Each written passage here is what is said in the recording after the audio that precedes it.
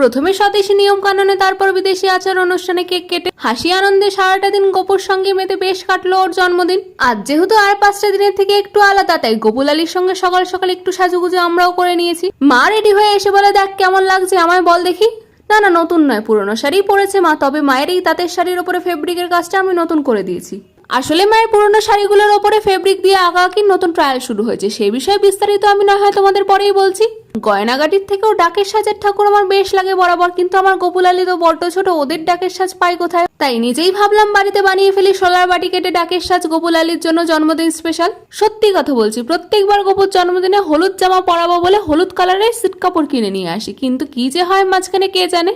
এই লাল সাদা সিট কাপড়টি দেখে আমার এত পছন্দ হয়েছিল, ভেবেছিলাম 3 জনে মিলে ম্যাচিং করে পুজোর সময় পরবো। সেই পরিকল্পনা নিয়েই জামাকাপড় তৈরি করা শুরু করেছিলাম, কিন্তু গোপুর বোধহয় পুজো অব্দি অপেক্ষা করতে ইচ্ছা করলো না। এই জামাটি তার এত পছন্দ, তাই জন্মাষ্টমীর দিনই পরে ফেললো।